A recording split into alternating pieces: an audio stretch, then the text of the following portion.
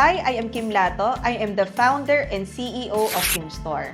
Here are my 5 tips para lumakas ang online store nyo. 1. Ayusin ang website or storefront. Dapat mabilis mag-load under 3 seconds, mobile-friendly dahil karamihan ay nasa phone, kailangan malinaw ang photos, product description, and price. 2. Gamitin ang social media ng strategic. Gumawa ng content na shareable and relatable. I-maximize ang paggamit ng short-form videos through YouTube, Reels, or TikTok.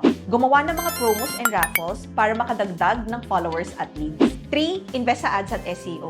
Targeted Facebook at Google Ads para sa tamang audience. Gamitin ang keywords para lumabas sa search result. Gumawa ng strategy para sa mga customers na hindi pa bumibili.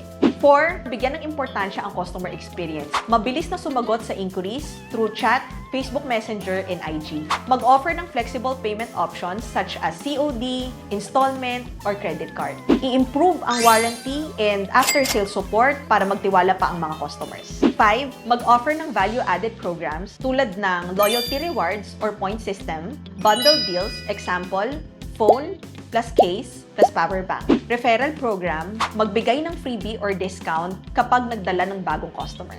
Ang sekreto, trust, value, and convenience. Kapag nakuha mo yan, lalaki ang repeat buyers mo and lalakas pa ang online store mo.